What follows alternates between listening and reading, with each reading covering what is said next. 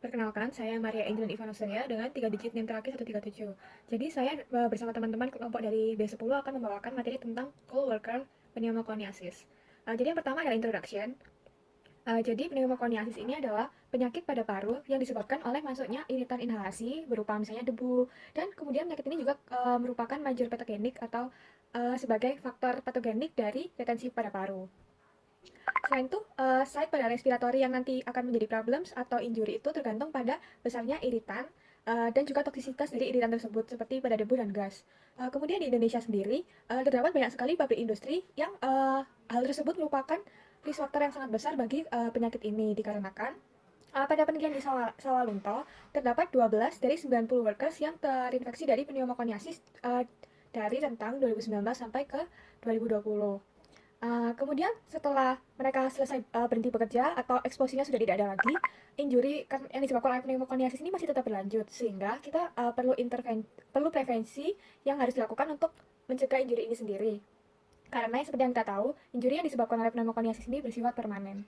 Maka dari itu, dari SGD kami akan membahas tentang research question dan juga tujuannya untuk mengetahui tentang lebih dalam tentang research question tersebut. Research question tersebut adalah untuk mengetahui definition, epidemiologi, etiologi, risk factor, pathofisiologi, clinical manifestation, diagnosis features, differential diagnosis, management prevention, complication, dan prognosis. Terima kasih. Selanjutnya akan dijelaskan oleh teman saya. Perkenalkan, saya Niwen Kartika Chandra Kirana dengan 3 digit NIM terakhir 049. Saya akan mempresentasikan mengenai definisi dari pneumoconiosis. Pneumoconiosis merupakan penyakit paru yang berkaitan dengan pekerjaan, di mana di sini terdapat adanya inhalasi dari suatu agen.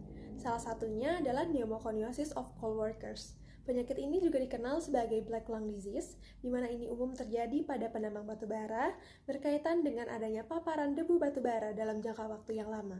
Terima kasih. Perkenalkan, saya Georgina dengan 3 NIM terakhir 149. Di sini saya akan menjelaskan tentang etiologi dari pneumoconiosis. Jadi, etiologi ataupun penyebab yang tersering pertama itu adalah batubara high carbon, seperti antrasit dan juga bituminous. Kemudian yang kedua tersering adalah grafit, dan yang ketiga tersering adalah silika.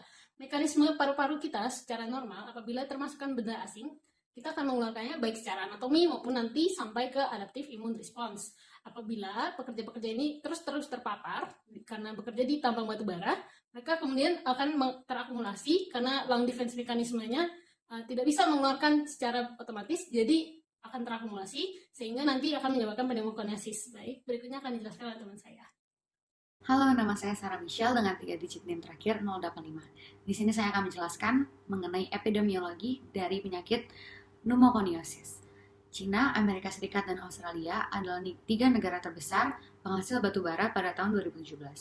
Di Cina, prevalensi pneumoconiosis lebih tinggi dibandingkan 2 negara lainnya. Antara tahun 2003 dan 2016, di Tiongkok tercatat sekitar 21.719 kasus baru penyakit akibat kerja setiap tahunnya. Dan 44,83% kasus tersebut merupakan penyakit paru yang disebabkan oleh debu dari batubara. Sedangkan di Amerika Serikat, sekitar 75.000 kematian penambang batu baru disebabkan dan disumbangkan oleh pneumoconiosis antara tahun 1968 sampai 2015. Di antara Cina dan Amerika Serikat, Australia lah yang memiliki prevalensi pneumoconiosis yang terendah.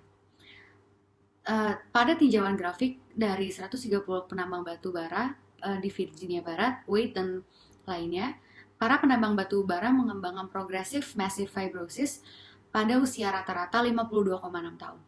Dengan sekitar 30 tahun paparan mineral dan setelah sekitar 12 tahun dari pencitraan radiografi dada normal yang terakhir. Hal ini membuktikan bahwa timbulnya penyakit ini tidak terjadi pada usia tertentu, tetapi tergantung pada lamanya dan beratnya paparan mineral tambang atau pada saat penambangan batu bara mulai bekerja di tambang tersebut. Sekian dan terima kasih. Baik, perkenalkan nama saya Ana Agung Ayu Wida Laksmi, NIM 3 digit terakhir 052.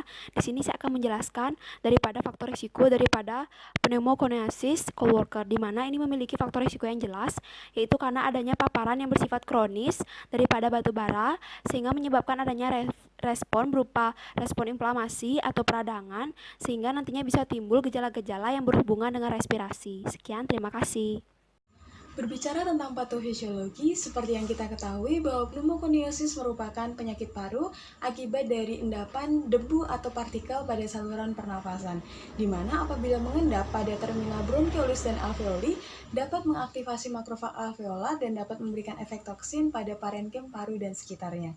Kerusakan sel ini dapat menyebabkan pelepasan pada sitokin inflamasi seperti IL-1 dan TNF yang dapat menyebabkan fibrosis.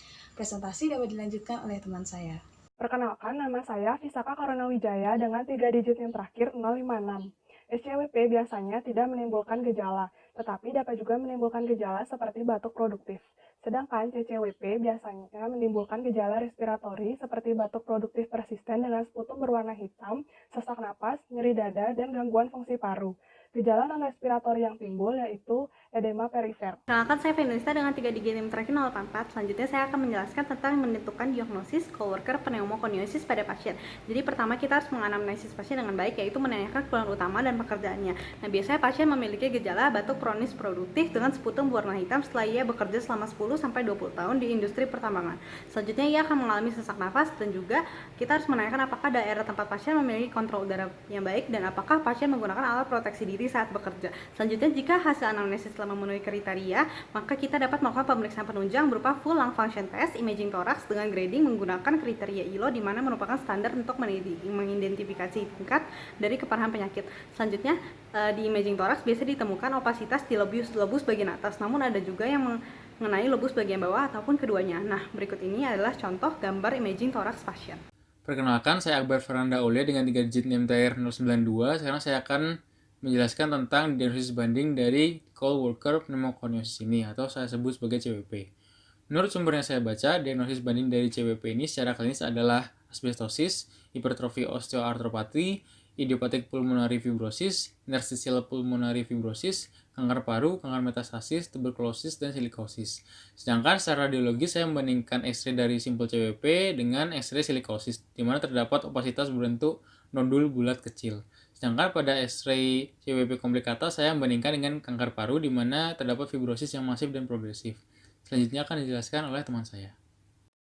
Selamat pagi dok, perkenalkan nama saya Arya Norvindita dengan 3 digit NIM terakhir 118. Pada kesempatan kali ini saya akan mempresentasikan mengenai prevention dan treatment dari close worker pneumoconiosis, di mana preventionnya dibagi menjadi 4 bagian utama, yaitu menggunakan APD saat bekerja, perpindahan tempat pekerjaan, monitoring kesehatan, serta imaging setiap 5 bulan sekali bagi pasien yang dicurigai mengidap penyakitnya. Lalu untuk treatmentnya dibagi menjadi 4, di mana tidak ada treatment utama untuk close worker black lung, hanya ada treatment simptomatis dengan cara respiratory tract management, oksigenasi, serta vaksinasi untuk influenza serta pneumokokal. Terima kasih dok. Selamat pagi, selamat siang, selamat malam. Perkenalkan saya Ferdinand Wong dari PSPD 2018 dengan 3 digit yang terakhir adalah 146 dari SGD B10. Sekarang saya akan menjelaskan untuk komplikasi dan prognosis dari pneumoconiosis. Jadi komplikasi yang bisa terjadi ada pneumotoraks, pleural disease, COPD, hemoptysis, lalu bisa juga tuberkulosis dan bisa mengarah ke malignansi. Untuk komplikasi yang bisa terjadi yaitu tergantung dari seberapa lama dan seberapa banyak debu yang memapar pasien. Lalu juga bisa dilihat apakah pasien merokok atau tidak, lalu tipe pneumoconiosis yang terjadi pada pasien. Karena penyakit ini adalah lifetime disease, jadi dibutuhkan treatment yang tepat untuk menghasilkan prognosis yang baik.